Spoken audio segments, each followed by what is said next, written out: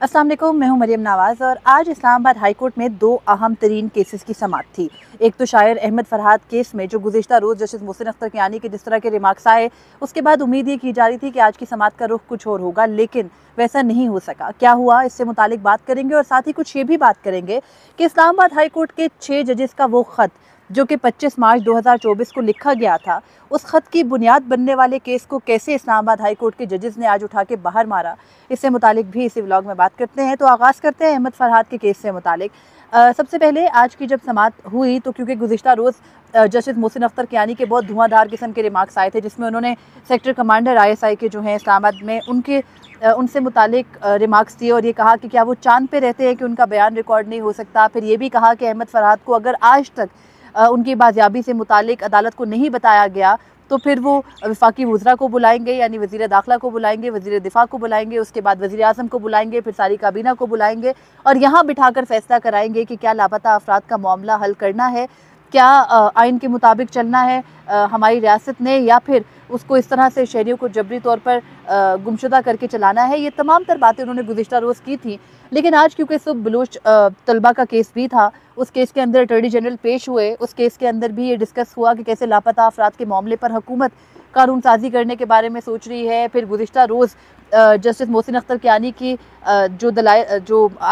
उनके रिमार्क्स थे, उसके बाद आगे उस दलील में लॉ मिनिस्टर आज़म नज़ीर तारड़ और फिर जो उन्होंने कहा, उसके बाद लग यही रहा था कि आज के केस का रुख कुछ किसी और तरफ को निकलेगा और अदालत उस तरीके से नहीं प्रोसीड करेगी केस को जैसे कल किया। तो आज की समाअत का आगाज़ हुआ तो अटॉर्नी जनरल ने आके ये कहा कि वो यकीन दहानी कराते हैं कि अहमद फरहाद को बाजियाब करा लिया जाएगा, उनको सिर्फ 1 हफ्ते का वक्त दे दिया जाए।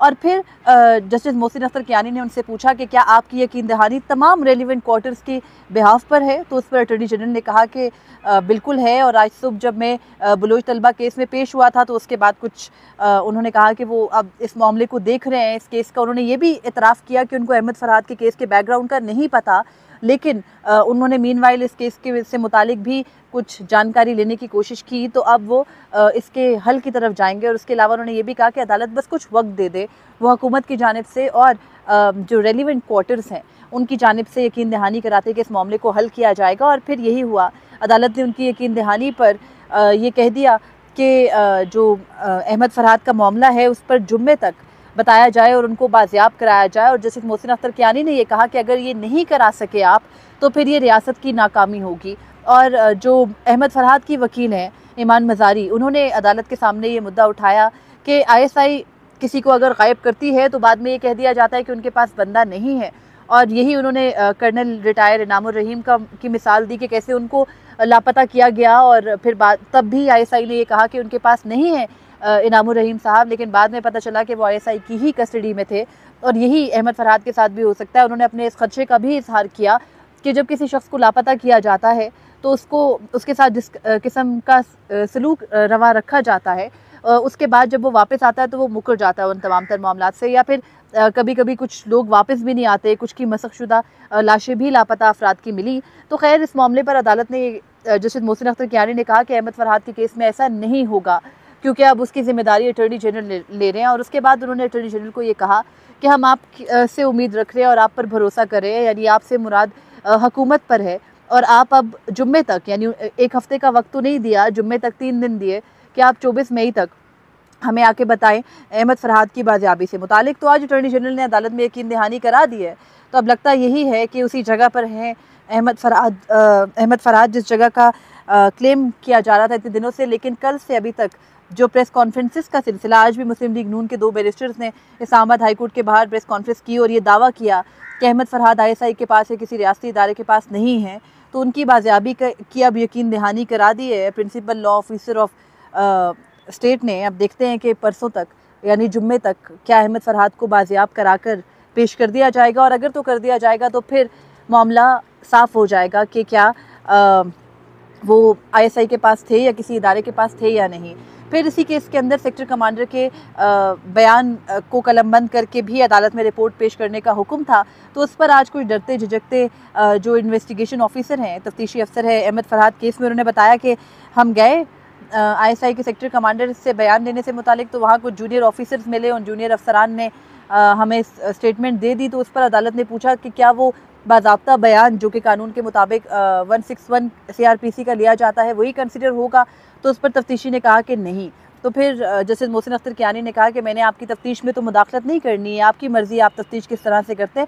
खैर, यकीन दहानियों पर अहमद फरहाद का सिलसिला जो था वो आज तक की हद तक सिमटा है और अब जुम्मे को दोबारा ये केस टेकअप होगा और फिर देखेंगे क्या अहमद फरहाद को पेश किया जाता है या नहीं। दूसरा जो इस केस आज इस्लामाबाद हाई कोर्ट में मेन केस था वो टेरियान वाइट केस था। इमरान खान के ऊपर अपनी बेटी को ओन ना करने का वो केस जो कि 2022 में इस्लामाबाद हाई कोर्ट में आया था और तब भी लार्जर बेंच बनाया गया था। इस्लामाबाद हाई कोर्ट में जस्टिस आमिर फारूक की सरबराही में 3 रुकनी बेंच ने 2022 से 2023 तक इस केस को सुना।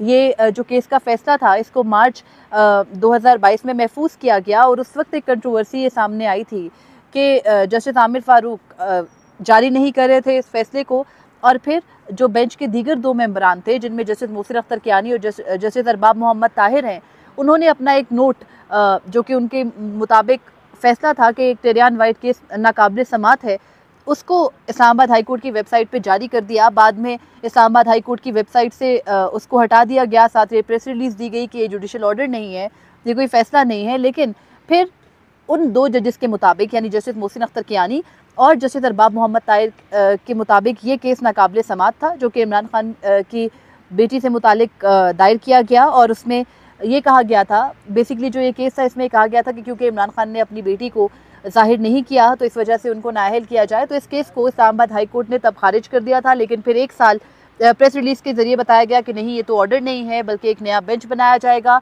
एक नए बेंच के सामने ये केस लगाया जाएगा। फिर 1 साल के बाद आज दोबारा वो बेंच बनाया गया। बेंच जो था वो जस्टिस तारिक महमूद जहांगीरी की सरबराही में था, उसमें एक मेंबर वही थे जस्टिस अरबाब मोहम्मद ताहिर और एक और जज जो शामिल की गई वो जस्टिस समन रिफत इम्तियाज़ थी। और इन तीनों जजेस ने आज बैठ के विदिन 5 मिनट्स इस केस को नाकाबिल समात करार दे के खारिज कर दिया। तो इस तरह इस्लामाबाद हाई कोर्ट के जो 2 जजेस थे जस्टिस मोहसिन अख्तर कियानी और जस्टिस अरबाब मोहम्मद ताहिर, उनके साथ 2 मजीद जजेस शामिल हो गए जिसमें जस्टिस तारिक महमूद जहांगीरी और समन रिफत इम्तियाज़ हैं। और उनका ये मानना है कि ये जो शहरी मोहम्मद साजिद का इमरान खान के ख़िलाफ़ उनकी बेटी डिक्लेयर ना करने का केस है या नाकाबिल समात है और इसको खारिज किया जाता है। इस केस के बाद हुआ क्या था पिछले साल से अब तक? अब हमने देखा कि इस्लामाबाद हाई कोर्ट के 6 जजेस का ख़त हाल ही में आया। उस ख़त की बुनियाद टेरियान वाइट केस ही बना था। उसकी वजह कुछ ये बनी थी कि जब इस्लामाबाद हाई कोर्ट के इन 2 जजेस ने उस केस को खारिज किया था तो उन पर उनका ये कहना है ख़त के मुताबिक कि उन पर दबाव डाला गया। ये मार्च 2023 की बात है। 30 मार्च 2023 को उन्होंने जब अपना नोट इस्लामाबाद हाई कोर्ट की वेबसाइट के ऊपर पब्लिश किया जिसमें उन्होंने कहा कि ये केस नाकाबिल समात करार देकर खारिज करते हैं, तो उसके बाद उनका ये कहना है कि एजेंसियों की जानिब से उन पर दबाव डाला गया, उनको मजबूर किया जाता रहा कि वो ये नोट ना लिखें, ये फ़ैसला ना दें। और उसके बाद उनको, उनके फैमिली मेम्बर्स को, उनको मुख्तलिफ ज़राए के ज़रिए उनको हरास किया जाता रहा, उनके ऊपर दबाव डालने की कोशिश की जाती रही कि आप इस केस से पीछे हट जाएं। और ये जस्टिस अरबाब मोहम्मद ताहिर से मुतालिक है। और ये भी कहा गया था इन 6 जजेस के ख़त के अंदर कि एक जज इसी दबाव की वजह से टेरियान वाइट केस में जो उनके ऊपर डाला जा रहा था अस्पताल भी पहुँच गए थे। और बाद में फिर ये सिलसिला रुका नहीं। जस्टिस मोहसिन अख्तर कियानी के बहनोई को उठाया गया और उन को जिस तरह से टॉर्चर किया गया ये भी उस ख़त का हिस्सा है।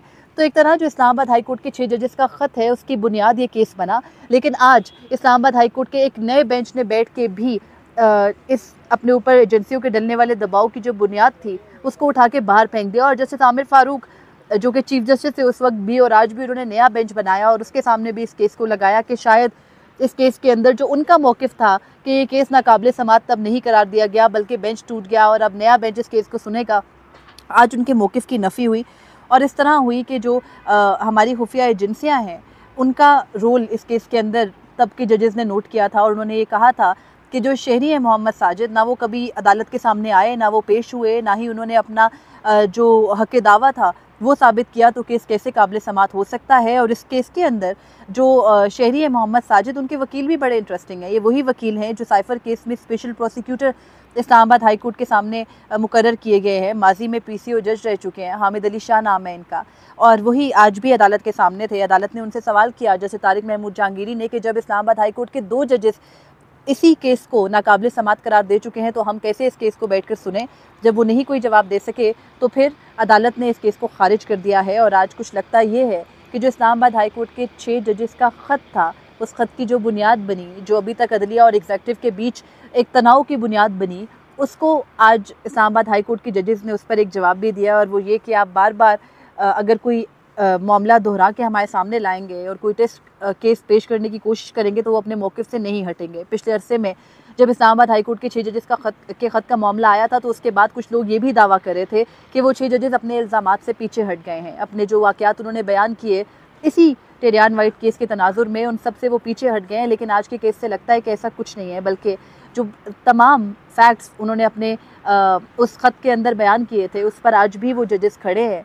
और अब इस्लामाबाद हाई कोर्ट के जो प्रपोज़ल जो सुप्रीम कोर्ट ऑफ पाकिस्तान में 6 जजेस खुद नोटिस में आया था, और उसके बाद ये लग रहा था कि सारा कुछ गुड रिलेशंस हो गए हैं, जैसे सामिर फ़ारूक के दीगर 7 जजेस से इस्लामाबाद हाई कोर्ट के, वो कुछ अब मसला खटाई में पड़ता भी लग रहा है। और कुछ ऐसा भी लग रहा है कि अगर इस्लामाबाद हाई कोर्ट के जजेस उसी एक मौक़िफ़ पर डटे हैं, जबकि ये दावा किया जा रहा था मुस्लिम लीग नून की हुकूमत की जानिब से भी माजी में, और इसके अलावा PDM की जानिब से भी, कि टेरियान वाइट का केस जो है वो इमरान खान के गले पड़ सकता है, तो इस्लामाबाद हाई कोर्ट का उसको खारिज करना और अपने ख़त के तनाजुर में ये मैसेज देना कि ऐसा नहीं है, हमारे एग्जीक्यूटिव के लिए कुछ लम्हा फ़िक्रिया है और उनको अब ये सोचना है कि आप जजेस पर दबाव बढ़ा के अपनी मर्ज़ी के मनमाने केसेस में फ़ैसले नहीं ले सकते। अब इसका सिलसिला बंद करना पड़ेगा। तो आज इस्लामाबाद हाई कोर्ट में ये 2 अहम तरीन केसेस हुए, आपके सामने इनका अहवाल रखा। मुझे इजाज़त दीजिएगा। अल्लाह हाफ़िज़।